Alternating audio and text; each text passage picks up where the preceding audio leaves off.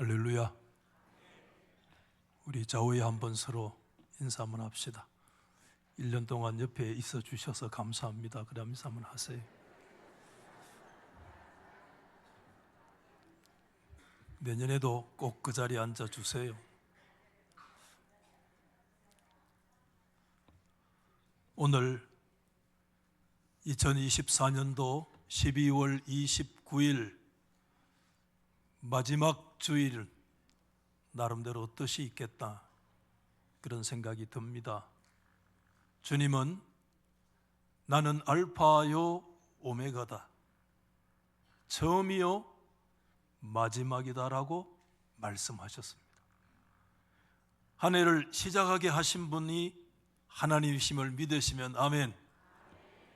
한 해를 마치게 하시는 분도 하나님인 것을 믿고 하나님께 감사와 영광을 올려드립니다. 저는 마지막 주일에 말씀을 묵상하면서 한 이야기가 생각났습니다. 1968년도 멕시코 시티에 있었던 하계 올림픽 때에 올림픽의 꽃은 뭐라고 얘기하죠? 마라톤이라고 하는 거 잘 알고 있습니다.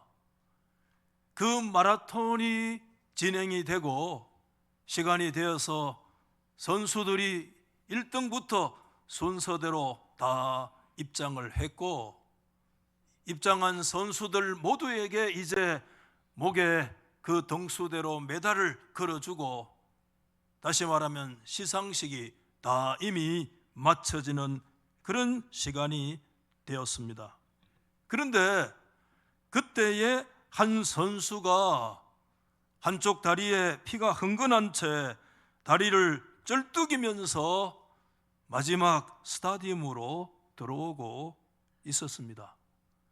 그 선수는 탄자니아의 선수였고 36세 잔 스테픈 아크왈이라고 하는 선수였는데, 그는 경기 도중에 무릎 부상과 발목 부상으로 도저히 경기를 계속할 수 없음에도 불구하고 절뚝절뚝 걸으면서 완주하는 그런 일들이 있었어요.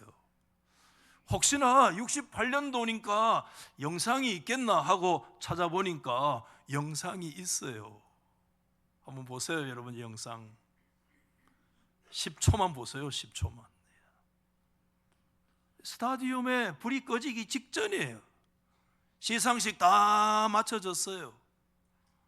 그런데 이 아크와리가 마지막 지금 혼자 완주하기 위해서 다리를 절뚝거리면서 지금 이 스타디움 안으로 뛰어 들어오는 그런 모습을 우리가 지금 보고 있습니다. 여러분, 그때 기자가 와서 질문하겠죠. 왜 당신은 경기를 중도에 포기하지 아니하고 끝까지 뛰었는가? 그랬을 때 아크와리의 대답은 분명하고 단호했습니다. 그는 이렇게 얘기했어요. 내 조국 탄자니아가 나를 이곳에 보낸 것은 경기를 시작하라고 보낸 것이 아니라 뭐 하라고요? 끝내라고 보냈습니다. 그는 메달은 못 받았잖아요. 그럼에도 수십 년이 지나도 사람들에게 기억될 만한 중요한 교훈을 남겼는데, 조국 탄자니아가 나를 이곳에 보낸 것은 경기를 시작하는 것이 아니라 경기를 조국의 명예를 걸고 완주하라고 하는 그 사명이 나에게 주어져 있는 것이다. 명언이잖아요, 여러분들. 아름다운 결말이라 그런 생각이 되어집니다. 여러분, 저와 여러분의 생애 속에 시작하게 하신 분도 하나님이신데 언제 우리가 끝날지 모르지만 아름다운 그런 끝이 저와 여러분의 생애에 있기를 예수님의 이름으로 축복합니다. 여러분, 2024년을 이제 이틀 남겨두고 있습니다마는 우리 장로님도 기도하신 대로 정말 우리 대한민국은 지금 경랑 속에 사로잡혀 있습니다. 여러분, 저는 나라를 위해서 가끔 기도하는 사람이지만은 저 광화문 집회에도 한 번도 안 가봤던 그런 탁월한 애국자는 아닙니다. 저는. 그런데도 너무 마음이 아프더라고요. 여러분들 마음이 아프죠? 너무 마음이 아파요. 대통령의 계엄령도 마음 아프고 있을 수 없는 일이기는 하잖아요. 대통령이 여러분 국회가 탄핵하는 것으로 대통령의 권한을 견제한다면 그러면 무소불위의 국회의 권력은 누가 이 대한민국에서 이 시대에 견제합니까? 참 가슴 아픈 일이에요. 프랑스에도 일본에도 중의원들, 국회들 해산할 수 있는 제도가 있는데 대한민국의 권력을 누가 견제하고 있는지 그것도 가슴 아파요. 민주주의의 이름으로 민주주의의 삼권 분립이 무너뜨려지는 시스템 자체가 흔들리는 이런 현상을 우리가 바라보면서 오늘 정말 우리 그리스도인들이 이 한 해를 마무리하면서 정말 하나님이 우리가 늘 고백하는 대로 하나님이 대한민국을 특별히 붙들어 주시고 합력해서 아름다운 결말을 맺는 그런 역사가 있도록 우리 기도가 필요할 줄로 믿습니다. 여러분, 저는 개인적으로 금년이 큰 슬픔의 해였습니다. 지난 5월 10일 금요일 오후에 저는 목양실에 그때의 그 순간을 잊을 수가 없습니다. 주일을 준비하고 주보를 준비하고 성경을 뒤적이고 있을 때 한 통의 전화는 정말 저에게 큰 충격을 주었습니다. 큰형님의 사고 소식이 얼마나 저에게 아픔을 줬는지 모릅니다. 저는 중학교 3학년 때 아버지 돌아가신 이후에 그 아버지의 부재의 자리를 큰형님이 맡아서 했어요. 큰형님은 진짜 형님이지만 부모의 마음으로 저의 발전을 너무 기뻐했고요. 정말 기뻐했어요.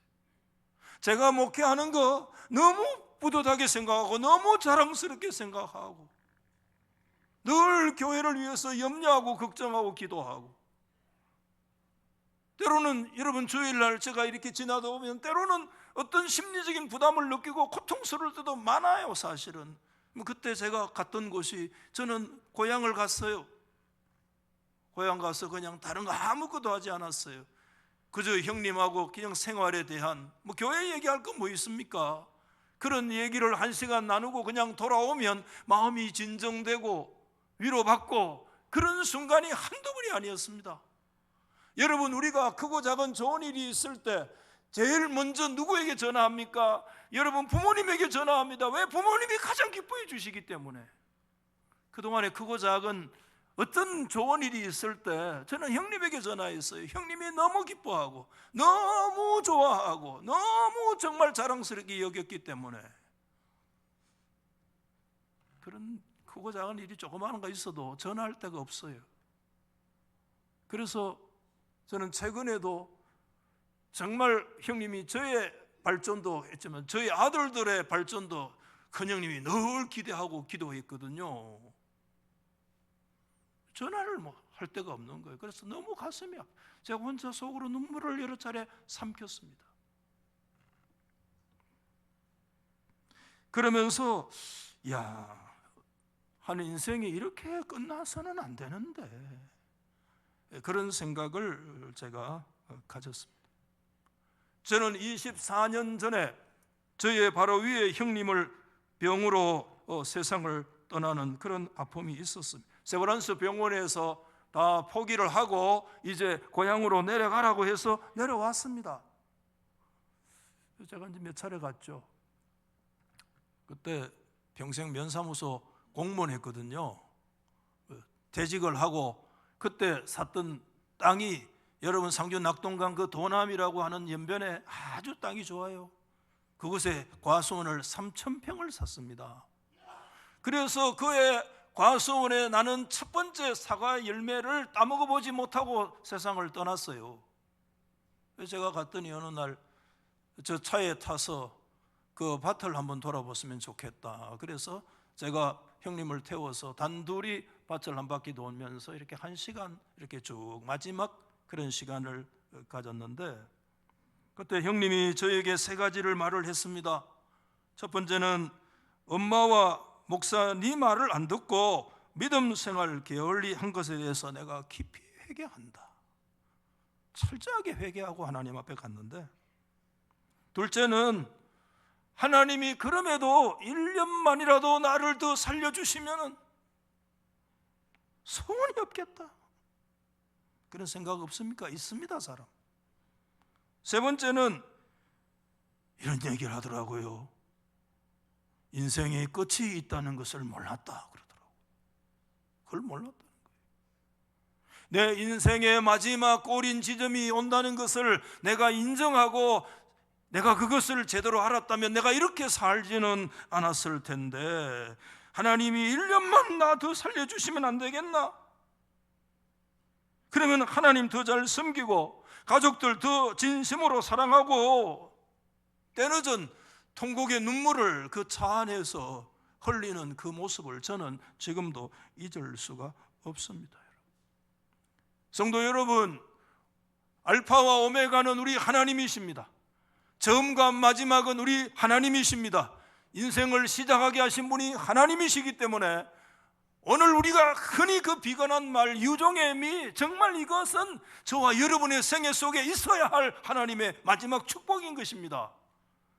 이 마지막의 축복이 저와 여러분 가운데 일어날 수 있기를 예수의 이름으로 진실로 축복합니다. 여러분, 저는 꽤 오래전에 소위 말하는 성지순례라고 하는 이름으로 이스라엘을 갔는데, 이스라엘 성지순례 2번 갔어요. 제가 첫 번째 갔을 때, 그때 여러분 감람산에 이렇게 여행을 쭉 하는데, 감람산이 바로 뭐냐 하면 이스라엘 역사의 열왕들의 묘실이 있는 곳이 감람산이에요. 그 역대 역사의 묘실이 쭉 있어요.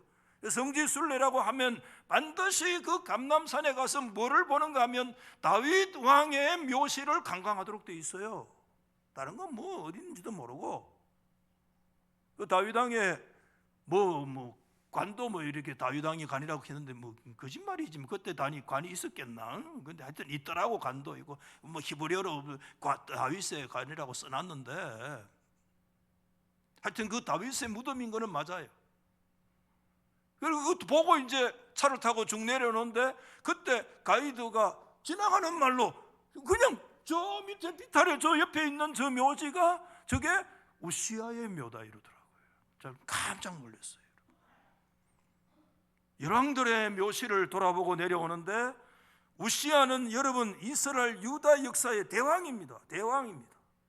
그 대왕의 묘는 저 감람산의 그 여분대기에 그 비탈에 그냥 박혀 있는 거야. 그냥 그 내용이 오늘 저와 여러분이 읽으신 26장 마지막 23절의 내용이 바로 그 내용인데요.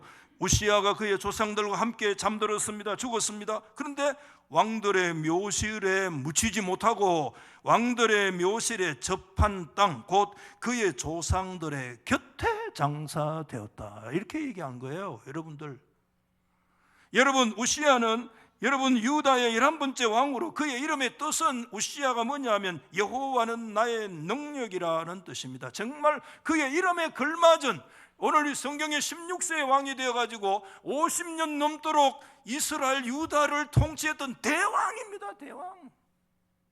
대왕이 어떻게 역대의 묘실에 묻히지 못하고 그 역대 묘실의 옆에다가 그냥 갖다 묻었냐 이거야. 비극이라, 사실은. 그것도 충분히 예우를 해가지고 그나마 그 옆에 갖다 묻은 거예요. 사실상 그 근처도 갈 수 없는데, 왜 대왕 우시아가 52년 동안이나 유다를 다스렸던 왕이 여호와 보시기에 정직하게 아버지 아마사의 길을 따라갔다고 평가를 받는 그가 왜 그 옆에 여분대기에 묻혀있냐 이 말이에요.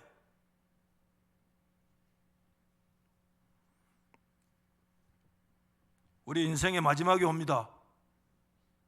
한 해의 마지막만 생각하지 말고 타산지석이 바로 뭡니까? 성경이 타산지석이에요. 그 교훈이 오늘 저와 여러분에게 임하기를 예수 이름으로 축복합니다. 다 좋았는데 하나 안 좋은 것이 있습니다. 그게 뭐냐? 우시아의 마지막이 안 좋았습니다. 마지막이 안 좋았어요. 그래서 그 일 때문에 역대 묘실에 묻히지 못하는 그런 일들이 있게 되어졌는데, 왜? 저는 이 말씀을 보면서 우리가 이미 익히 알고 있습니다마는 다시 한번 상기할 필요가 있다고 믿는데, 왜 우시아의 마지막이 그렇게 아름답지 못했는가? 첫째 이유가 있어요. 그게 뭐냐면, 첫째, 우시아는 너무 오랜 시간 동안 성공에 노출되었습니다. 성공 좋잖아요, 그렇죠? 우리 성공을 다 기대하고 있습니다. 여러분, 성공 자체가 결코 문제가 아닐 수, 문제는 우리 다 알고 있습니다. 성공 그 이후가 문제잖아요. 우리는 성공을 위해서 하나님 앞에 울면서 매달리고 기도합니다. 하나님이여, 나를 그 위치에 세워주세요. 그 자리에 세워주세요. 그 포지션에 하나님이 나를 세워주십시오. 울면서 우린 기도합니다. 그런데 그 포지션에 있을 때 하나님의 뜻을 묻고 기도하고 결단하지 못하는 것이 우리의 영적인 맹점이 그곳에 있습니다. 이 문제라는 거예요. 여러분, 우리가 시간상 읽지 않았습니다만은 오늘 26장 6절이야 15절 말씀까지 내용을 뭘 얘기하고 있는가 하면 우시아의 치적을 거기에 집약적으로 설명하고 있는데, 굉장한 역사가 그곳에 함축적으로 그렇게 기록되어져 있는데, 우시아는요, 요약해서 말씀드리면 사업하면 잘 됐고 정책마다 성공했고 전쟁할 때 패배한 적이 없었고요, 정치, 경제, 외교, 국방 모든 면에서 유다의 최대의 왕조를 이루었던 사람이 여러분 우시아 왕이었습니다. 블레셋, 암몬 말할 것도 없고 심지어 저 아라비아까지 쳐서 조공을 받고 애굽의 저 먼 곳까지 우시아의 이름이 떨쳐지게 되어지고, 여러분 50년 동안의 우시아의 인생은, 한번 더 합시다. 우시아의 인생은 그의 사전에는 뭐가 없어요? 실패라는 단어가 없었던 거예요.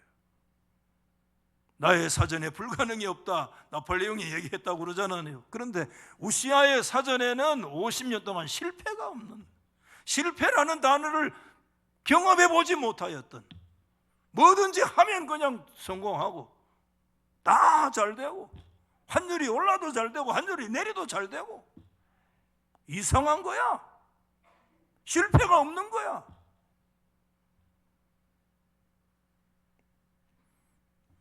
그때 찾아옵니다. 뭐가 오는가 하면 불청객이 있습니다. 파리가 와요. 파리. 그는 파리는 초대를 안 해도 저 산 꼭대기가 있어도 찾아오대. 그게 희한해. 파리가 찾아와요. 우리 인생에 파리가 오는데 그 파리가 뭐냐 하면 교만의 파리가 찾아 들어와요. 파리가 꼬여. 여러분 16절 말씀에 그가 강성하여 짐에 그의 마음이 교만하여 악을 행하여 여호와께 범죄했다. 쉽게 말하면 우시아는 그때부터 인생의 방향을 상실한 거예요. 여러분 왜 이렇게 됐습니까? 여러분 성경은 그 이유를 한 절로 이렇게 그의 강성함에 대해서 15절 말씀에 여러분 같이 보십시다. 같이 시작. 그의 이름이 멀리 퍼졌는데 뭐죠? 기한 도우심을 얻어 강성하여 짐이었더라. 받아합시다. 기한 도우심. 기한 도우심이 뭐가 기한 도우심일까요? 기한 도우심. 저 어제 이 말씀을 다시 찾아봤어요. 렉시콘 사전도 찾아보고 주석도 보고 봤어요. 기한 도우심이라는 게 이게 뭐냐? 두 단어잖아요. 도우심이라고 하는 이 단어는 여러분 히브리어의 유명한 에제르, 아셀, 아제르, 이게 도우심이라는 거예요. 에벤에셀, 이게 에세르, 에제르, 이게 돕다는 뜻이에요. 하나님이 아담을 창조하시고 하와를 만들 때 돕는 배필, 에제르 크네그도, 돕는 배필, 이때 에제르라는 단어는 무슨 뜻인가 하면 하나님으로부터 오는 신적 도움을 얘기할 때 아제르라고 얘기해요. 내가 산을 향하여 눈을 돌리라. 나의 도움이 어디서 올꼬? 나의 도움은 천지를 창조하신 여호와 하나님께로부터 오는도다. 그때 도움은 아제르, 에제르, 하나님의 도우심을 말씀하는 줄 믿으시기 바랍니다. 그러면 여기에 기이하다라고 하는 이 단어, 이 펠레라고 하는 원형의 뜻이 뭐냐 하면, 이것은 말 그대로 인간의 기준으로는 설명될 수 없는 하나님만이 하시는 강력한 행위를 일컬어서 펠레, 기이한, 우리 영어 성경에는 그레이털리라고 아주 위대한 놀라운 것이라 그렇게 얘기했지만 정확한 번역은 아니에요. 사실은 기이한, 하나님만이 행하실 수 있는 펠레, 그 역사, 그 아제르, 그 도움이 오게 되었다는 거예요. 여러분, 이것은 어디서 사용된 건 다르냐 하면, 여러분 출애굽기 15장 말씀에 사용되어졌는데 15장 11절 말씀에 보면 여호와여 기이한 일을 행하는 자 누구니까, 이거 찬양이거든요.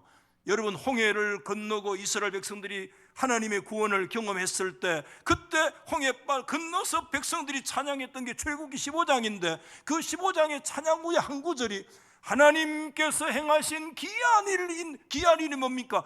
홍해가 갈라져 가지고 육지같이 건너는 역사가 일어난 줄 믿으시면 아멘. 그 놀라운 역사는 누구만 하실 수 있는 일이냐 하면, 이것은 에제르펠레, 하나님의 도우심이 아니면 일어날 수 없는 일이라는 거예요. 여러분, 이게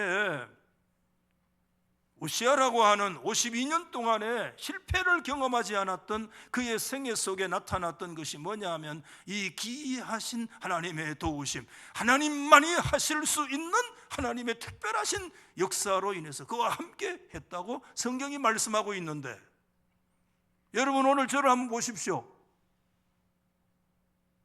저를 보러 가는 이유는 제 인물이 잘나서 보러 가는 게 아니고 여러분 자신을 한번 들여다보라 그 말입니다. 이게 우시아만의 문제가 아니구나, 저와 여러분의 문제이기도 하다는 것을 여러분 믿으십니까? 아멘이 뭐 영 시원찮네. 빨리 전화 받아요. 여러분, 2024년도를 시작하게 하시고 이 한 해 동안 이끌어 오신 분이 하나님의 은혜인 줄 여러분 믿으시면 아멘. 여러분, 저는 형님의 그렇게 세상을 떠나가는 모습을 보면서 생각했어요. 내 옆을 지나가는 수백 대 수천 대의 차가 있었는데 그 수천 대 수백 대의 차들이 이 한 해 동안 운전하면서 내 옆을 안전하게 지나가는 거 하나님의 기이하신 도우심이에요. 아멘. 여러분, 수만 가지 수천 가지 이름도 알 수 없는 그런 엄청난 병원군들과 암들과 그런 것들이 우리의 내외적으로 우리를 도전해 오는데, 그 모든 것들이 나에게 소위 말해 속된 아다리 안 되고 그거 지나가도록 하신 거 하나님의 greatly help야, 하나님의 특별하신 도우심이야. 아멘 해요 좀. 뭐 우시아만 하나님이 도와준 게 아니야. 오늘 이곳에 있는 내가, 이 자리가 하나님의 기이하신 도우심의 현장인 줄 믿으시면 아멘. 그걸 우리가 알고 하나님 앞에 고백을 해야 돼. 이 마지막 날 하나님 앞에. 하나님 아버지, 1월 1일부터 이곳까지 수많은 사람들, 수많은 바이어들, 수많은 나의 거래처 사람들, 나한테 도움 주려고 했는 사람 몇 명 되겠습니까? 그저 내 것 뼈들을 먹으려고 어떻게 해서라도 나에게 더 손에 끼치고 찌든 벌어 먹으려고 하는 인간들이 얼마나 우리의 삶 속에 많았으면, 여러분 이 안에 칭찬만 받고 살았습니까? 배우에서 여러분을 씹고 싶은 사람이 얼마나 많은 줄 알아요? 그래서 아무도 없는 모에다, 내만 그런 모에다. 목사도 많이 씹힙니다. 한 해 동안에 씹고 자간자간 씹힌다. 여러분, 그래도 이까지 오늘 이 마지막 주일에 여러분 용기 백배에서 설교하는 거 내 힘이 아니라 하나님의 에제르, 그분의 도우심인 줄 저는 믿습니다. 여러분, 하나님의 은혜라. 이거 중리산이 하는 거 많았는데 그래도 오늘 다시 일나가 오늘 이 예배당에 오는 거 하나님의 은혜예요. 기이하신 도우심이라. 할렐루야. 여러분, 하나님이 우리에게 이와 같이 하신 이유는 두 가지입니다. 받아하십시다. 위로는 하나님께 영광이요, 아래로는 섬김이다. 헷세대에 두 가지 팔이 있다고, 늘 하나님께 영광이요 섬김인데, 이게 두 가지 팔 같지만 두 가지 팔이 아니에요. 사실은 하나예요. 섬김을 통해서 하나님의 영광을 드러내도록 하나님의 기이하신 은혜와 도움으로 저와 여러분을 지금까지 인도해 주신 줄로 믿습니다. 우리 예수님의 말씀을 우리 잘 기억하시죠? 마가 10장 45절 말씀에 인자가 온 것은 뭐 하기 위해서 왔다고요? 섬김이라 제가 여러 번 강조했습니다. 여러분, 우리 기독교는 섬김의 종교입니다. 디아코니아의 종교입니다. 삼각형 디아코니아의 정점은 예수 그리스도의 섬김이요, 오른쪽에 회중의 세종들의 성도들의 섬김이요, 왼쪽 꼭지점은 그 회중에서 부름받은 직분자들의 섬김입니다. 예수 그리스도의 디아코니아와 성도들의 디아코니아와 그 성도들에게 특별히 부름받은 직분의 디아코니아가 삼각형 하나님의 교회를 이루고 있습니다. 디아코니아라고 하는 섬김 말고는 하나님의 교회 안으로 들어갈 수 있는 길이 존재하지 않습니다. 섬김이 아니면 하나님의 교회에 설 수 있는 포지션이 없습니다. 왜? 그리스도가 섬겼기 때문에. 디아코니아 말고는 하나님의 영광을 드러낼 수 있는 길이 우리 속에 존재하지 않아요.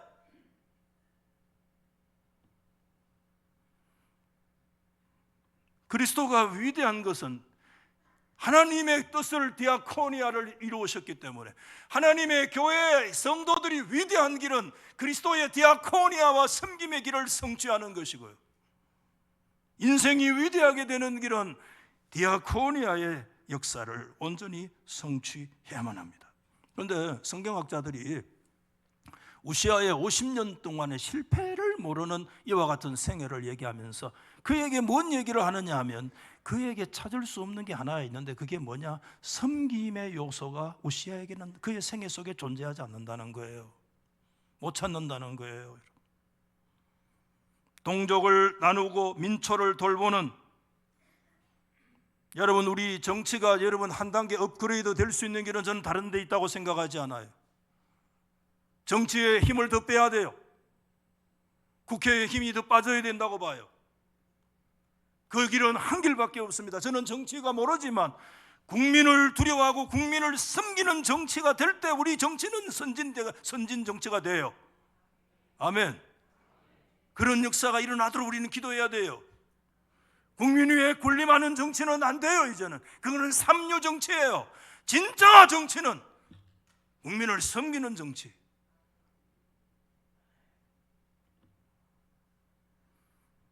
우리 달서교회가 더 섬김으로 거듭나야 됩니다. 더 섬김으로 나가야 됩니다. 우리 교회만 들여다보는 빠꾸미만 가지고는 안 됩니다. 안목을 조금 더 넓히 보고 주의 나라를 향해서. 저는 어느 목사님이 자기 딸을 자기가 직접 주례하더라고요. 그래서 나도 그거 우리 아들들 2명 내가 주례할게 하다가 죽을 뻔했습니다. 택도 없더라고. 그것도 아무나 하는 게 아니구나. 내가 깨달았어요. 그때 그 목사님이 이런 주례를 해서 기억을 나는 대로 내가 이게 적어봤는데, 하나님 이들의 인생이 차고 넘치게 하시고, 제가 늘 결혼식 때 빠지지 않고 기도하는 기도예요. 주의 잔이 차고 넘치나이다. 이 은혜가 이들에게 임하게 하시고. 그 다음에 저는 이 기도는 잘 안 했어요. 그 넘칠 때 어려운 이웃들을 돌볼 수 있는 은혜를 주십시오. 멋있잖아요.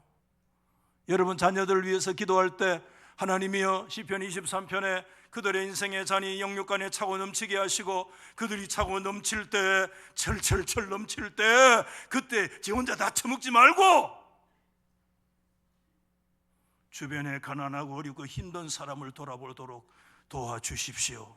그 기도를 계속해서 할 수 있기를 예수 이름으로 축복합니다. 여러분, 지난 성탄에 정말 이름도 없이 빚도 없이, 이름도 진짜 가난한 사람들도 여러분 쌀을 막 10포씩 이렇게 내주시고, 이렇게 너무 감사해요. 물론 교회에 돈도 들어갔습니다만은. 그래서 이 동바다 달서교회가 지금 많이 칭찬받았어요. 동해 가는 건 제가 안 갔기 때문에 제가 피드백을 못 받았고, 쌀하고 이거 뭐지? 신라면? 제가 이제 피드백을 제가 받는 것은 우리 대구노회 안에 은퇴하신 목사님들에게 쌀 한 포하고 자꾸 생각이 안 나. 신라면 그 한 포 하나 더 이렇게 갖다 드리고 했는데, 갔다 와서 우리 부목사들이 이제 대구 시내 전역에 흩어져 있으니까 여러분 그 배달하는 게 저는 한 주간 내내 했어요. 사실은 그 갔다 와서 우리 부목사님들 저한테 전도사님들이 얘기하는 게 한결같아요. 목사님요, 왜 은퇴하신 목사님들이 그렇게 다 가난하게 사는지. 와 그러더라. 이렇게 뭐 하여튼 뭐 미주알 고주알 얘기를 하더라. 다 그런 건 아니에요. 한두 사람은 잘 살아요. 대다수가. 그래서 저한테 이제 문자가 들어오는데 다른 데 문자는 안 들어오지만 저한테 문자가 목사님들이 문자돼 다 80, 90 돼서 어제 문자 저한테 들어온 거 많아요. 그 중에 세 분이 또 문자에 뭐라고 했나요? 박 목사님, 해마다 우리 은퇴한 우리들 잊지 않고 교회가 이렇게 선물 보내주어서 그걸 받고 눈물이 앞을 가린다. 나 그거 여러분 하는 말로 그냥 입 밟는 소리라고 생각하지 않아요. 그때 다 한때 잘 나갔던 분들인데 그때 정치적으로 나를 죽이려고 했던 분도 있어. 그 중에 내가 신학교 교수한다고 이중직이라고 이러면서 나를 죽이려고 했던 분인데 어제 문자가 왔어. 뭐라고? 박 목사님, 내가 눈물이 앞을 가린다. 야, 여러분 제가 사실은 해마다 그 10만 원씩이라도 그까 멀리까지 가가지고 쌀 한 포 주고 라면 한 박스 주고 그냥 너무 미안해가지고 10만 원씩이라도 주면 좋았는데 그것도 20, 30분 되니까 돈이 300만 원 못해요. 해마다 누가 나한테 300만 원만 주면 내가 주의 이름으로 그때마다 쌀만 주고 던져올 게 아니고 10만 원씩이라도 주고 현금이 필요해 노인들이. 에? 그걸 주면 까무리치지 않겠나 그런 생각이 들었습니다만은 여러분 우리 그리스도의 디아코니아로 우리가 다시 온전히 디아코니아를 예수 안에 회복하는 저와 여러분 될 수 있기를 주의 이름으로 축복합니다. 여러분 한 가지 더 말씀드리면 두 번째는 우시아에게 마지막이 좋지 않았다는 거. 우리가 다 기억하시는 것처럼 영적 스승이 사라진 거예요. 영적 스승이 사라지면 안 됩니다. 여러분 오늘 5절 말씀에 그런 말씀이 있잖아요. 하나님의 묵시를 밝게 하는 스가랴가 사는 날에 하나님을 찾았고 그가 여호와를 찾는 동안에는 하나님이 형통하게 하셨다. 할렐루야. 여러분 여기에 스가랴는 우리 성경에 나오는 그 소선지 스가랴가 아니잖아요. 우시아 왕 때 있었던 하나님이 특별히 세우신 영적인 거장 스가랴인데 그 스가랴가 어떤 인물인지 우리는 잘 모르지만 그때 하나님께서 스가랴는 하나님의 묵시를 밝게 하는 하나님의 계시를 밝게 하는 선지자이기 때문에 그때마다 우시아 왕이 대왕이었지만 그 대왕 배후에서 스가랴가 하나님의 묵시를 그때마다 가르쳐주고 그때마다 우시아가 그 말씀을 믿음으로 순종할 때 하나님께서 우시아에 가는 길에 기이하신 하나님의 도우심으로 하나님이 그로 형통하게 하시는 역사가 일어났다고 성경은 말씀해주고 있습니다. 그런데 여러분 이제 스가랴가 죽었습니다. 아마 하나님의 말씀을 받으면서도 52년 동안 뭐 몇 년인지는 정확히 몰라도 아마 짜증나기도 했을지도 몰라요. 내가 어린애냐 말이야. 어? 이제 어린애가 아니다 말이야. 나가 스가랴가 세상을 떠나고 그때부터 하나님의 말씀이 그에게 사라지고 영적인 거장이 사라지고 그때부터 여러분 우시아의 길이 방향을 잃어버리는 그의 마지막이 잃어버리는 말씀 그대로 브레이크가 파열된 거예요. 여러분 10여 년 전부터 등장되는 개념이 뭐냐면 레드팀이라는 개념이에요. 레드팀, 붉은 팀 이런 뜻입니다. 레드팀 is independent group, 독립된 그룹을 얘기하는 거예요. 어떤 조직을 좀 더 효과적으로 개선하고 도전을 주기 위해서 만들어진 독립적인 그룹을 일컬어서 레드팀이라고 그래요. 레드 카드를 얘기한다 이 말입니다. 미국의 특별히 이 레드팀이 어디에 존재하느냐 하면 미국의 군대 조직 그리고 미국의 외교 조직에는 레드팀이 반드시 있대요. 군대가, 여러분 미국 군대가 세계 군대 아닙니까? 그럴 때 미국의 군대가 어떤 방향과 전쟁 이런 걸 할 때 여러분 그 한 군대만 맡기면 안 되잖아요. 군대와는 독립된 인디펜던트 그룹이 있어서 레드 팀이 그 얘기를 해줘야 된다는 거야. 외교도 굉장히 중요한, 미국이 세계를 이끌어가는데 그 외교의 정책에서 레드 팀이 독립적인 존재가 필요하다는 거예요. 우리에게 그게 필요해요. 사실 여러분에게 레드 팀이 있어야 돼요. 우시아는 레드 팀이 있을 때, 레드 팀이 사라지면서, 여러분 다윗은 추상 같은 나단 선지자가 있었던 거 기억하시죠? 히스기야 배후에는 대선지자 이사야가 버티고 서 있었던 거 기억하십니까? 여러분 모세의 곁에는 아론과 훌과 같은 기도의 동력자들이 버티고 있었습니다. 다니엘에게는요 사드락과 메삭과 아벳느고 같은 신앙의 스크럼을 짜는 동력자들이 함께 기도하는 사람들이 버티고 서 있었습니다. 여러분에게 영적인 스크럼을 짜고 있는 지도자가 있습니까? 신앙의 사람이 있습니까? 여러분 누구를 만납니까? 일주일 내내 바이어만 만납니까? 바이어 만나야 됩니다. 사업 잘 돼야 되죠. 일주일 내내 골프 치는 사람만 만납니까? 열심히 운동해야 되죠. 그러나 여러분 하나님 앞에 신앙의 동지들, 기도하는 사람들, 영적인 스크럼을 짜는 것을 여러분 포기하지 않는 역사가 있기를 예수 이름으로 소망합니다. 여러분 이거 붙들어야 됩니다. 여러분 우리의 생애에서 여러분 가장 중요한 우리의 영적인 보루는 뭐니 해도 하나님의 말씀입니다. 하나님의 말씀이 여러분의 귀에 들려오고 있습니까? 주일날 앉아있어 하나님의 말씀이 여러분의 귀에 들어옵니까? 이 자리에 이래서 보면 알아요. 저 양반이 말씀을 받고 있구나. 자꾸 밀어내. 그게 보인단 말입니다. 한 주, 두 주도 아니고 1년 내내 그게 보일 때가 있어요. 너무 가슴 아픈 거예요. 여러분 하나님의 말씀은 살았고 하나님의 말씀은 활력 있고, 전에 본 적은 하나님의 말씀은 운동력이 있어. 아멘. 진짜 살아있는 운동력 있는 말씀, 우리의 영과 간절과 골수를 찔러 쪼개는 그분은 살아있는 하나님의 말씀은 살아있습니다. 여러분 그 말씀이 저와 여러분에게 붉은 레드 카드를 그때마다 던지는 역사 있기를 주의 이름으로 축복합니다.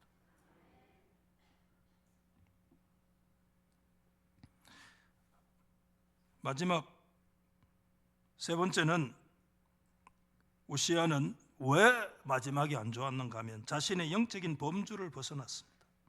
우리 18절 말씀에 가슴 아픈 얘기잖아요. 우시아 왕 곁에 서서 그에게 이르되 우시아여 여호와께 분향하는 일은 왕이 할 바가 아니요 오직 분향하기 위하여 구별함을 받은 아론의 자손 제사장들이 할 바니 성소에서 나가소서, 이렇게 얘기한 거예요. 여러분 이것은 뭘 말씀하고 있는가 하면 구약은 여러분 왕과 제사장과 선지자, 이 무누스 트리플릭스 삼중직인데 이 삼중직이 다 분권이 되어 있는데 여러분 이게 예수 그리스도 안에 가서야 온전히 하나로 통합됩니다. 한 인격 안에. 그래서 여러분 스가랴서 6장에 보면 그 두 개가 한 인격 안에 아름다운 평화의 역사를 이룬다고 하는 것이 그리스도 안에서 왕과 제사장이 한 통합되어지는 것을 말씀해 주고 있습니다. 구약은 이게 다 독립되어져 있는데 이 독립되어 있는 왕과 제사장이 분명히 구분되어 있는데 거기에 대해서 그걸 치고 들어간다는 것은 그리스도의 신성에 대한 도전입니다. 그리스도의 신성에 대한 영적인 침범을 말하는 거예요. 단지 뭘 제사를 했다 안 했다가 아니에요. 왜 그랬습니까? 16절 말씀을 다시 보시면 그가 강성하여짐에 그의 마음이 교만하여 악을 행하여 그의 하나님 여호와께 범죄하되 곧 여호와의 성전에 들어가서 향단에 분향하려 한지라. 내가 50년 동안 왕이 있었는데 이거 왜 못해? 왜 못하냐고. 그때 여러분 제사장 아사랴가요 막았어요. 자기 혼자 못 막으니까 여러분 젊은 제사장 80명을 끌고 들어가서 여러분 상상해 보십시오. 그때 여러분 이 우시야가 막 서두는데 그 제사장 80명을 끌고 들어가서 왕을 막았어. 왕이 안 됩니다. 옛날에 얘기를 했을 거예요. 사무엘 선지자 시대에 사울 왕이 그렇게 해서 하나님 앞에 버림받은 건 모릅니까? 안 됩니다. 왕이 할 바가 아닙니다. 하나님이 특별하게 세우신 역사가 있어야 됩니다. 안 됩니다 하고 막 다투러 막았어요. 그랬는데 에이 화를 내면서, 여러분 19절 성경 한번 보세요. 19절 말씀, 19절 시작. 우시야가 손을 향로를 잡고 분향하려 하다가 뭐를 내? 화를 내니. 근데 그가 제사장에게 화를 낼 때, 그 다음 성경을 안 읽어도 좋겠어요. 두 번에 걸쳐서 화를 냈다, 이렇게 말씀을 했습니다. 여러분, 하나님 앞에서요, 하나님의 거룩한 신성에 대해서 우리가 늘 두렵고 떨리는 자세를 끝까지 유지할 수 있기를 예수 이름으로 축복합니다. 우리 총회에 내려오는 흑역사가 있어요. 참 가슴 아픈 건데, 저는 보진 않았습니다만 내려오는 그 입에서 구전되는 흑역사가 있어요. 총회에서 총회를 모이면, 그 성총회라고 그러는데 사람이 다 거룩하게 성총회 아니에요. 그 교회와 그 공적인 자리의 머리가 예수 그리스도이기 때문에 당회는 성당회요, 교회는 성교회요, 노회는 성노회며 총회는 성총회입니다. 거룩하신 그리스도 때문에 그렇습니다. 아멘. 그 머리가 그리스도이기 때문에 거룩한 총회라고 얘기하는 겁니다.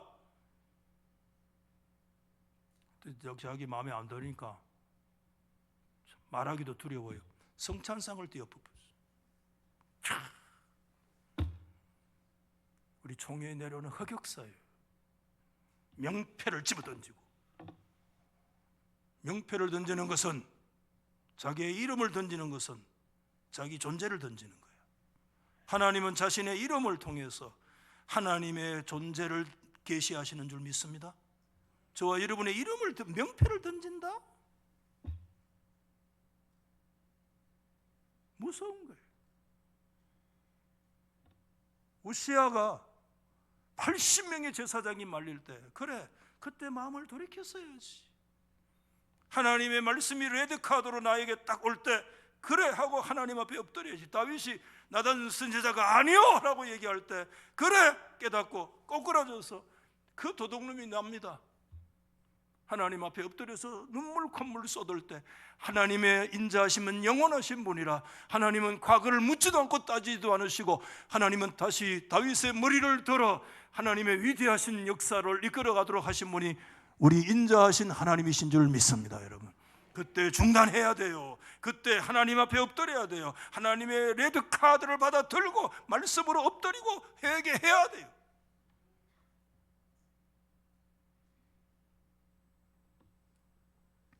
오늘 마지막 주일에 좀 무거운 주제를 가졌는데 저 자신에게 한 얘기입니다. 여러분, 우리 인생은 마지막이 찾아옵니다. 주님은 준엄하게 말씀해 주셨어요. 나는 알파요 오메가의 처음이요 마지막이다. 주님이 마지막이다 그랬는데 나 1년만 더 살겠습니다. 아니, 하루만 더 살게요. No, 절대 안 돼요. 우리의 인생의 오메가, 우리 인생의 마지막은 주님의 뜻에 온전히 달려 있습니다. 우리 인생은 한 뼘밖에 안 됩니다. 성도 여러분, 흔히 하는 말로 끝이 좋은 사람 되시기를 예수 이름으로 축복합니다. 흔히 하는 말로 유종의 미가 예수 안에 있기를 주의 이름으로 축복합니다. 위험 신호가 옵니다. 그때 하나님 앞에 엎드리고 다윗처럼 회개하고 믿음의 결단과 새로운 계획을 세워야 합니다. 레드팀을 떠나지 마십시오. 신앙의 동지들을 떠나지 마십시오. 내게 주신 영적인 분수와 믿음의 양을 끝까지 지킬 수 있기를 소망합니다. 여러분, 이 안에 우리가 마지막 주일을 지나면서 제가 오늘 말씀을 드리는 이유는 다른 아무것도 없어요. 우선 저 자신에게 주는 말씀인과 동시에 우리가 하나님 앞에 철저히 더 회개하고 2025년도를 새로운 믿음의 결단으로 우리가 살아간다면 하나님께서 우리 인생을 다시 지난날의 약함을 묻지 않으시고 다윗을 다시 들어주신 것처럼 우리 인생을 세워주시는 분인 걸 믿기 때문에 그 희망을 붙들고 그 하나님을 붙들고 우리 끝까지 신앙의 행진을 묵묵하게 이 와크와리처럼 주님이 나에게 끝까지 완주하는 것, 조국이 준 사명입니다 라는 것처럼 주님의 거룩한 사명을 끝까지 쩔뚝이면서도 완주해가는 신앙의 승리자들 다 될 수 있기를 예수의 이름으로 축복합니다.